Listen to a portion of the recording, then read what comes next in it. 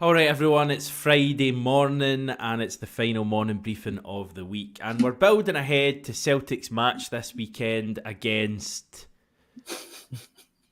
Oh, no. I've just realised, guys, we've not got a game this weekend. What are we going to do with ourselves? What are we going to talk about? Have you got anything planned for this weekend, given that you've not got games to go to and stuff? No, it's the Champions League final, isn't it? If you want your fix of football. So that's Saturday night, Tony. Come on, during the day, you guys, you are busy guys. You must be up to something fun.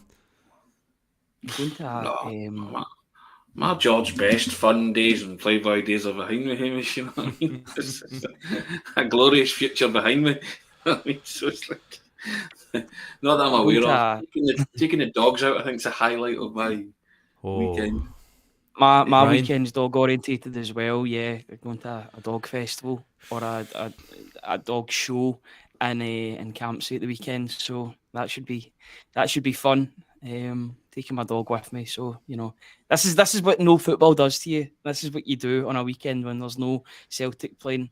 I already need them back because it kind of encompasses your whole life, and without them, your life seems a wee bit empty.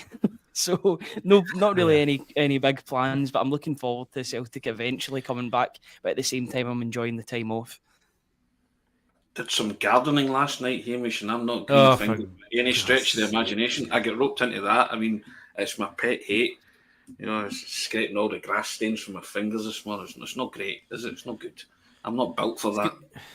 It's great content, close season. I mean, the over 100 people who are already with us, the season may be over, but they're definitely getting what they want. I'm sure gardening and dog chat. I'd criticise you guys, but I've got not really a great deal on this weekend either. I'm just kind of looking forward to chilling a little bit. What about all of you? Come on, you must have more exciting lives than us. We've got Robert saying he's going on a holiday on Sunday for 2 weeks, and it will include a pilgrimage to Estadio Nacional. Can you still go there? Is there not? Is it closing down or something? I think it's next December, is it? Or this December? I think they're refurbing it, something like that. I read, but yeah, you've not got long to do that if you wanted to do that. I was checking that out myself actually, but it's quite extortionate to do that if you want to go now. So, but it's something that's on my bucket list. Let's put it that way. Yeah, I'd love to go. Don't think it's going to be possible. Right, okay, let's get on with the chat. Before that, a big thanks to MPH Group for sponsoring this video. They have some exciting news. We've been telling you about it this week. They're opening a brand new kitchen showroom in Dunfermline with a VIP Vegas themed launch weekend. That's from June the 14th to the 16th, 10 a.m. to 6 p.m. There will be roulette games with instant win prizes like 10% off services, free boiler services, and a chance to enter a draw for bigger prizes if you land in zero and get entered into a grand draw for a 4-night stay at Trump Tower in Vegas with a helicopter tour. So don't miss out. RSVP now at www.launch.mph.group. That's www.launch.mph.group to secure your spot. Big thanks to them for sponsoring. We've also got an announcement to make for our winner of the Martin O'Neill lunch. So I think everyone's kind of stopped what they're doing now and they're kind of looking, going, is it going to be me? Gary Miller. Nah. Well, I literally just announced his name there before the drum roll. So there is a bit Gary of Miller, a delay. Either way, I don't know what's going on with the stream, but there is a slight delay. I think it's sorted itself out now, so you can do it again for the people that maybe didn't hear. Right, for a third time, Gary Miller, you have won the Martin O'Neill, the lunch with Martin O'Neill. So a huge congratulations. Well done, Gary. Say that. I believe we'll be in touch, and I think people maybe have been in touch. So congratulations, Gary. And the rest of you have the consolation of having great content from the likes of Ryan, Tony, and the rest of the team at the Celtic Way. What kind of stuff is going on over there at this point, Tony? Ryan, you've been dealing with that, haven't you? I know I've written a couple of articles there going on the website at some point over the weekend, aren't they? You wrote a Matt O'Reilly piece yesterday, didn't you? Is that right? Yes, yeah, and I realise we'll probably be talking about that, but I basically shot from the hip when it comes to Matt O'Reilly's non-call up for the Euros, which I thought was quite astounding. It was just I think it was just elitism from the manager, to be honest, and looking down on the Scottish League, which is the reason why Matt O'Reilly hasn't been picked compared to players that haven't even really been playing for their clubs. You look at Christian Eriksen. So I wrote about that, and I also wrote about the fact that Celtic are elite at identifying managers. When you look at their pool of managers that they were looking at last season to replace Ange Postecoglou, where they are 12 months later. You've got Maresca that's going to Chelsea. Yeah, You've got mad. Kieran McKenna that, despite being at Ipswich, he's going to be one of the highest paid managers in the Premier League. He's that good. Farioli, that's at Ajax. Iraola, that was previously at Rayo Vallecano, that's doing well at Bournemouth. So they've clearly got a good eye in finding good young up-and-coming managers. You're just hoping that they can maybe translate that to players. If they can get that same sort of hit rate for players, then Celtic will be on to something, especially domestically and in Europe. But they clearly know a manager when they see him. And the fact that they got Brendan Rodgers and the success that he's eventually had shows that they've got their scouts and their information in the right place concerning concerning one of the most, if not the most important appointment in the club. But look at even the previous managerial appointment prior to that, Ange Postecoglou, incredible appointment. Eddie Howe, brilliant manager as well. So that the club seem to, for the day, and hopefully it's a while away, but the day when Rodgers leaves, it fills you with a bit of hope. See, Tony, if they go beyond the showers, let's just say, and go further than the showers, then they seem to know what they're doing. It's all about opening the drawer in the desk with all those TVs, isn't it? Yeah, one of those ones. Yeah, they go beyond that, exactly. Because we've said before, Celtic's a really enticing job. We think of it as the highest managerial office in planet football. That's just the way we conceive it, and we want it to be, someone of upstanding, to take that job on. And in the minute we have a statesman in the job, don't we? A real man of class and dignity, and that's what we want for a football club all the time. So I think when Brendan Rodgers leaves, it's if and when that happens. He said he's here for 3 years at worst. Ryan reckons he'll be here for longer. I've got the feeling he might be here for longer if he can continue on the successful journey and path that we're on just now. But certainly when you see guys like Brendan Rodgers do what he did with the club, people looking in and they see the scenes from Hampden and Rugby Park, it's enticing to anybody. It is. He doesn't lie when he says it's one of the biggest clubs in world football. That's true. So if you wouldn't want to manage a club like that, if the opportunity ever arose and you were fortunate to be in that position, then you'll need to see Ange Postecoglou when he was asked about Celtic winning the title. His first was, "Well, I love them." That's the first thing that he said, and he had great success, but he was only there for 2 years. But that was his first words. He just said, "Love them, love the club," and and that's what it does for managers. That's what it does for players as well. Supporters, we feel that from the moment we decide to support the club, so that's a given. But we view the Celtic manager's job as the highest managerial office in football, and we want the person who is in charge of our club to reflect that and reflect their wishes. And I think at the minute we've done pretty well. Recent history with managers, haven't we?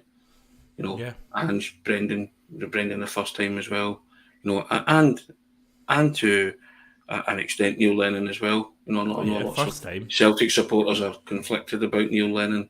I'm most certainly not. You never forget what Neil Lennon did for the club as well. And I thought that was a real touch of class as well at Rugby Park when Rodgers pointed to Lennon and he got his wee bow and the fans were, time's a great healer, isn't it?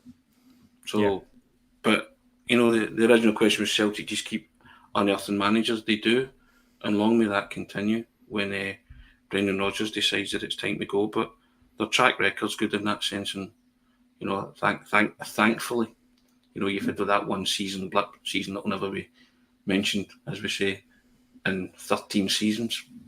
It ain't wrong, is it? It ain't broke, so it don't need fixing. Yeah. The Enzo Maresca stuff's crazy, like the fact he's going to be going to Chelsea. I mean, you consider, 12 months ago, he was Man City assistant, just getting ready for the Champions League final, and the chat was that he was going to be whisked away right after that from Turkey to become the Celtic manager. And obviously, I think we were interested in him, and we went down the Brendan Rodgers route, and I think that's proven to be a brilliant decision. As I say, all those guys you mentioned, Ryan, they've done very well. I have my doubts whether they would have been able to deal with the things Rodgers dealt with the same assuredness in that season. So I think the appointment of Rodgers has proven to be great. Next thing is Europe, guys. Just on, first of all, it's just on the goalkeeper. I believe that the reports, I think you mentioned it yesterday, Ryan, and I'm trying to find his name now, Altay Bayindir, the Man United second choice goalkeeper. Sources at Celtic and Man United have both denied the reports apparently, so it doesn't seem like that's happened, so we can probably chalk that off, you would think. Natalie was just wondering about that. What about the Matt O'Reilly stuff? How annoyed does it actually make you guys? Out of 10, is it a really frustrating one? Has he been incredibly harshly treated, Ryan, or is it just one of these things? I think when you look at the players that have been brought in ahead of him and you look at their creativity, especially this season, I don't understand why you wouldn't bring Matt O'Reilly. For a lot of these players, it will be their last international tournament, so I guess that's some solace that Matt O'Reilly can take. He will have basically a front row seat at getting into the Denmark national side after this Euros. He will be one of the first names on that team sheet or on the squad list. But I don't understand why, when you see even nations like England taking 19, 20-year-olds in preparation, they're thinking 2 or 3 tournaments ahead with their call-ups. It seems that Denmark are very much stuck in the past. Christian Eriksen, a very, very good player, a very good Premier League player, but he's not been playing this season, or hardly playing for a bad Man United season. When you've got a bad Man United side, when you watch them, that's a midfield that has been struggling all season. Kobbie Mainoo came into the team because it was such a struggling midfield. He's been left on the bench. I think there's been injury issues too, but Damsgaard hasn't been exactly flying for Brentford, despite being a big name, or he was a big name when he was brought in to Brentford. Thomas Delaney isn't getting any younger as well. I remember he was linked with Celtic before he went to Borussia Dortmund. So yeah, I don't understand why they wouldn't bring in his creativity levels. He's had that exposure already. Played against Northern Ireland, I believe, and did he come on against San Marino, or is there 2 appearances, maybe just the 1 appearance for Denmark? But I don't understand why he's not in the team. I think he's Denmark's informed player this season when you look at everybody, apart from maybe Rasmus Højlund, and even then he's been on and off this season. Plan for the future and bring in your best young talents. I just worry that, well, not worry, but expect a move to happen now because he's been snubbed so publicly, and it's the reason for that is due to the fact that he's playing in Scotland. I see him moving because of that.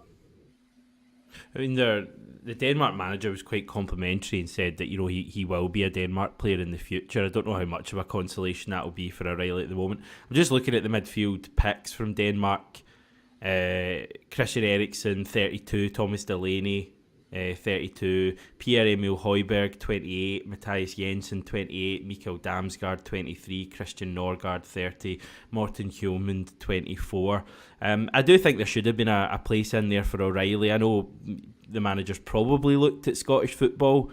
Put it this way, had O'Reilly signed for Atletico Madrid in January, I don't think he'd necessarily been a better player than he is right now, but I think he would have been in that squad because he was playing for Atletico Madrid. But it's strange, Tony, because he was really good in the Champions League. I mean, he man of the match against Atletico, 3 assists, I think. Yeah. The reason he was linked with Atletico Madrid was because he had a stormer against him. Playing for Celtic in the Champions League. Now you can turn your nose down at the standard of the Scottish League, which quite frankly gets my nerves as well. from Casper Hurmand. And every time Matt O'Reilly has gone on Danish international duty, the journalists have peppered him with questions. When are you leaving Celtic? And he's trying to tell them that he's happy because he's playing at a really good level and he's playing in Europe. And it really gets him a wick. That these guys just, inherent snobbery about Scottish football. Out of all the players that you named there, Matt O'Reilly's had the best season out of all those Danish players that you named in that squad, that are in that squad. Yeah. Thomas Gravesen had a rant, didn't he? I believe. Thomas Gravesen, former Danish player. So, and they're all kind of calling out Hurmand on this. So they can't all be wrong, can they? Danish supporters are, Matt O'Reilly's 19 goals, 18 assists, a treble of a treble of awards at the Celtic Player of the Years, snubbed for our own Player of the Years, but we know what we're watching in Matt O'Reilly. What is it that the Danish international manager can't see? And he can bang on about the quality of Scottish football all he wants, right? You named me players there, and I want to know, what have they done that's better than Matt O'Reilly this season? Somebody tell me that. Is it just a question of they're playing at better levels? But what are you comparing Scottish football to? Because you're not comparing it like for like. Matt O'Reilly's been a standout in Europe and he's been a standout domestically. So I can't get my head around it, to be honest. He should be there. I'm looking at their the caps that these 7 midfielders have, and they've all got at least 24, apart from the young guy Hillman, who's I think playing for Sporting Lisbon and doing quite well. So I'm guessing that's part of it as well. The fact that it's kind of a wee bit like what Steve Clarke does a bit of the time. He kind of and Gareth Southgate as well trusts the kind of players that have brought him through. But I think O'Reilly should be in there. The thing about it is that I think he's still training with Denmark. And you're only like a kind of training ground injury to one of or I think they've got some friendlies coming up as well. You're only a kind of injury that would keep you out for a couple of weeks to one of these 7 players from O'Reilly being called up. It's a horrible thing to say, but if it was a kind of minuscule injury to one of these players that allowed O'Reilly to go, I'd be quite pleased, because I actually feel.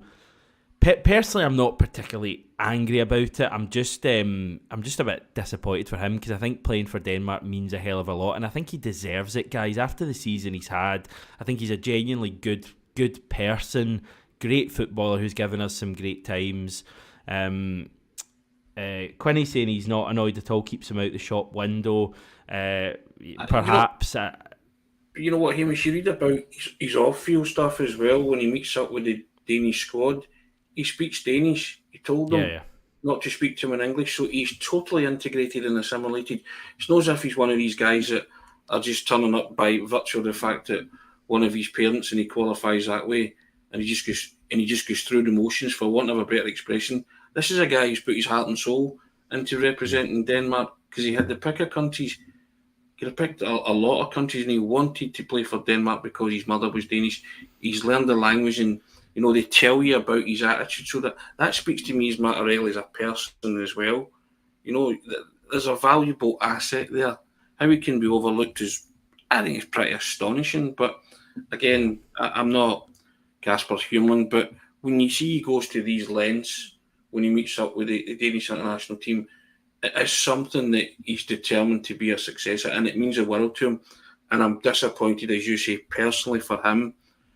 I think it's a real blow, because I think he'd set his heart on, what more could he have done this season to achieve it? No, nothing really. Henrik McLarsson making an interesting point. Didn't realise Denmark were in England's group. They are. That definitely would have put them in the EPL window. So that's interesting. So we're only going to have 4 Celtic players max at the Euros, and they're all Scottish. It's a far cry from the days, even the last World Cup, Ryan, when we had players from multiple countries. I think there's a number of reasons for it, but it's a little bit strange. Definitely is, yeah. Especially the Scotland part of it, the fact that Scotland are in a national tournament. This will be the second time in as many tournaments that they're at the Euros. It'll be the first proper one, because, obviously there was still COVID restrictions at the time, so they'll feed off that atmosphere, they'll feed off the brilliance of the Euros, and they'll look forward it. Hopefully they all get game time. Maybe some will get more game time than others, admittedly. But yeah, that's a weird one, obviously, because you don't have the whole world in terms of the World Cup element of it. There might be players that would get called up for their world countries, but there will be other competitions as well going on in other years too. But for the Euros this year, four's still a good amount for Celtic to be going away, but it's just a bit odd that it's Scotland for a change. But hopefully they do well and they get as far as they can. Got a couple of comments to bring up in a second. First of all, a few players, and Ryan will have seen this, Tony, because he loves Instagram. A few former and current Celtic players meeting up. So we've had Ben Siegrist and Aaron Moy have met up in Sydney. The location on Instagram is Byron Bay. So obviously that's where Aaron Moy lives, kind of out here. Ben Siegrist, I think it's well known, is visiting his girlfriend, who's a bit of a celeb out here. We've also had, there seems to be a wedding going on. Ryan, have you heard about this? Is it Josip Juranovic's wedding? I thought it was Greg Taylor's wedding. I know that Greg Taylor had been posting that was stuff last recently. week. I know, but they had. It was quite a weird one because they had a party, and then I think they've actually got their official wedding soon. I didn't know it was Josip Juranovic, but I know that he was close with a number of the players.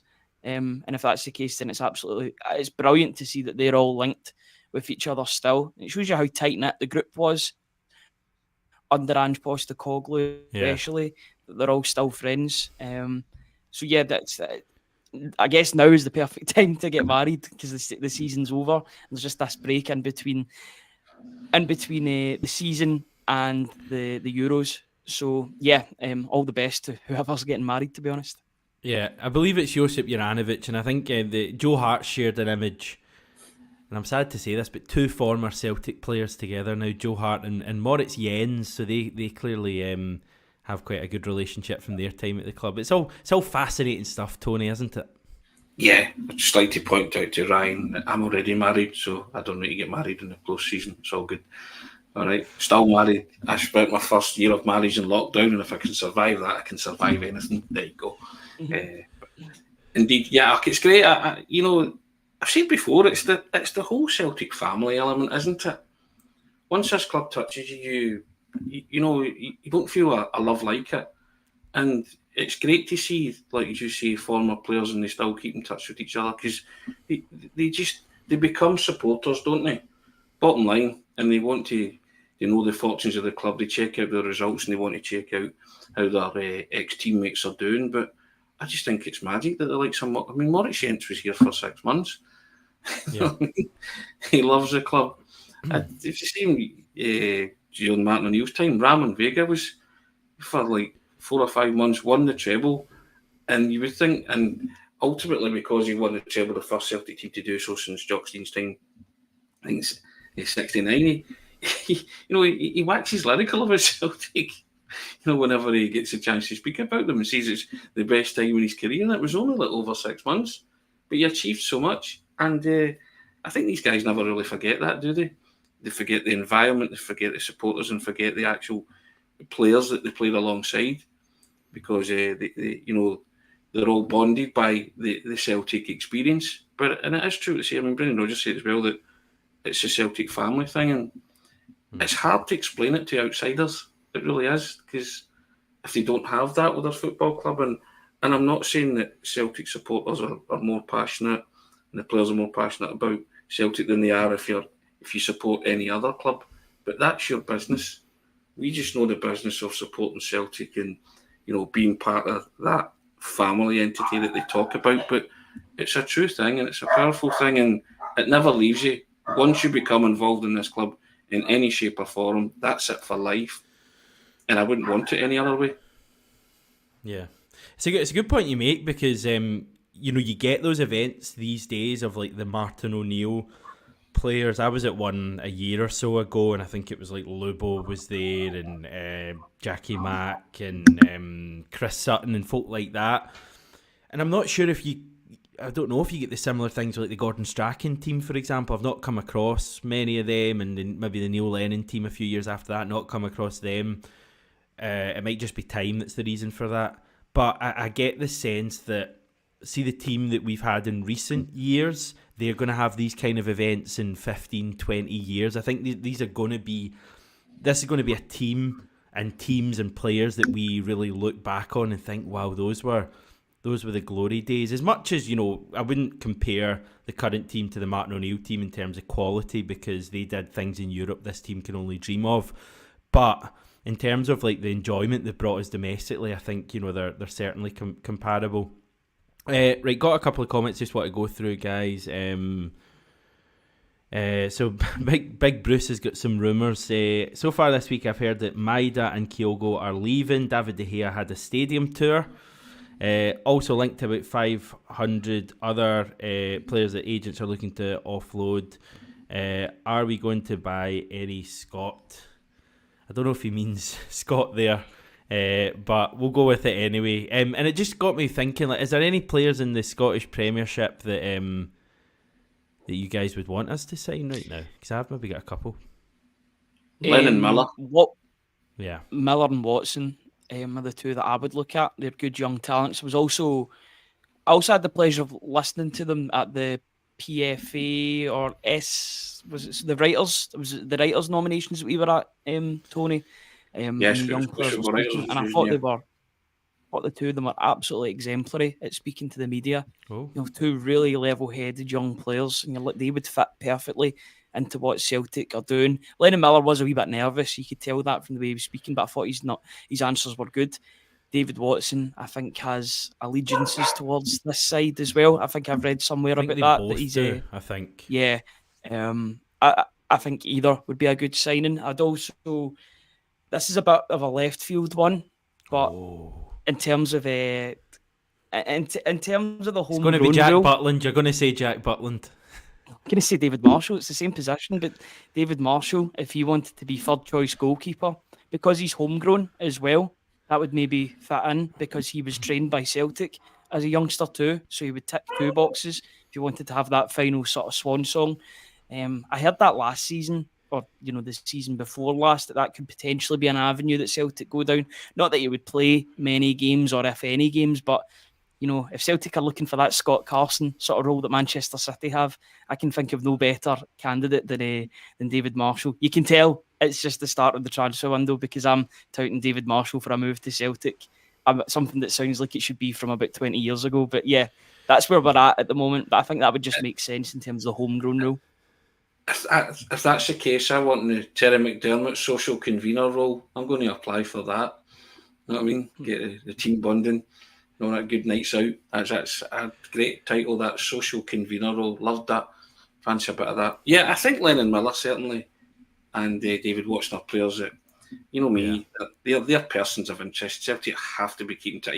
You wouldn't be doing your due diligence if you weren't keeping tabs on both of those young players. I know we were talking yesterday about the project aspect of that, but my opinion would be they've both came off great seasons. Let's see if they can repeat that. And if they can repeat that next season for their respective clubs, then keep an eye on them all the way and see what they're up to. But, let these guys amass experience and get 100 games under their belt, and then say, right, you know what, you're proven in this league, we'll not so much take a chance on you. We think you can come in and do a job, So I'm all for Lennon Miller and David Watson be the two in Scotland that I would be certainly all over in terms of sending a scout to watch them every week next season to see if that development and progress is still on schedule and you think that they could make a difference to your team. Yeah. See that point? I would still sign them and send them back to Motherwell and Kilmarnock respectively. Build a monopoly of young players that are playing elsewhere in the Scottish Premiership. Stockpile and get ready for the future, because they're not going to get games just now. The midfield is too strong. Even if Matt O'Reilly goes, you'd expect a like-for-like replacement or something close to Matt O'Reilly in terms of quality to be coming in to replace. You need double digits in goals and assists. So that's a big hole to replace if and when he does leave the club. But for Lennon Miller and David Watson, I would be, if Celtic did go and sign them, I'd be sending them back to their original clubs. Quinny's making that point as well. Saying that. But Juventus do it. I think Celtic tried to kind of stockpile with the likes of Yang and Odin Thiago home, didn't they? And they might be a bit more cagey with that, but certainly they should be all over it in terms of, you know, being kept in the loop with what's happening with them, and all the interest. They should be kept informed of the interest moving forward. I wouldn't be averse to buying them and loaning them back, correct, as well. But I just don't know if Celtic want to do that at this precise moment in time. I think Celtic are looking to bring in guys that can make a big difference and take Celtic to the next stage in Europe. You mentioned Kyogo because the commenter mentioned Kyogo. There'll be a Kyogo piece over the weekend, Ryan, sort of Sunday or Monday, I would say. Yeah, that I've written. And there's also a Bernardo piece over the weekend. I spoke to somebody who's talking about possibility of Celtic signing Bernardo, so keep your eye out for them over the weekend on the website, guys. Yeah, just the Lennon Miller stuff. I think he's the one player I'm looking at. Motherwell posted a really kind of good video of his numerous through balls he'd played this season. Most of them to Theo Bair, and I was just thinking, imagine Kyogo running onto them. I've kind of not really actually seen him play too often, and even when he plays against Celtic, I don't tend to focus on him.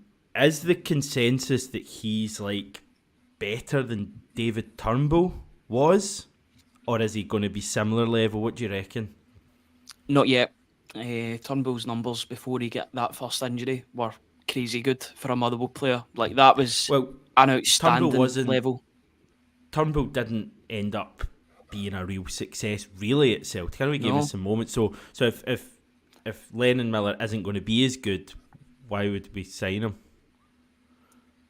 I wouldn't allow one player to deter you from signing the best young Scottish talent. I think he might be better than Turnbull. Yeah, I think he will turn out to be better than Turnbull. Turnbull, for me, a big part of that was the fact that he got injured, and I think that played on his mind mentally as well whenever he played. I think he played like a player that didn't want to get injured the way he did the first time.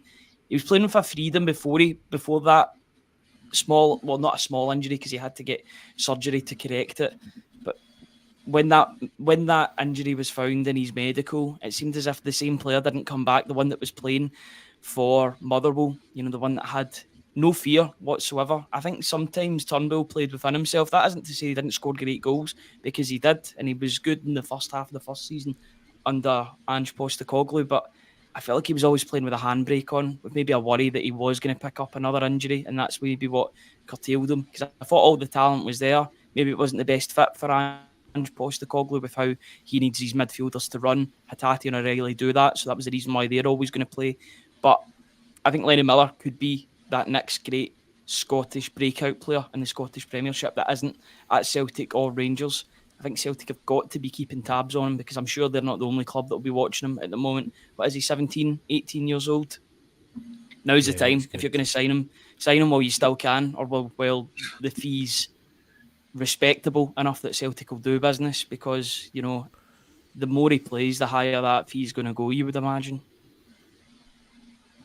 Well, there's only 2 clubs in Scotland that could afford them, conceivably. And then you might argue that there's only 1 club in Scotland that could afford them at this moment in time. His career trajectory's on the up, isn't it? The only way you'll find out if Lennon Miller is a real deal is to go and sign him.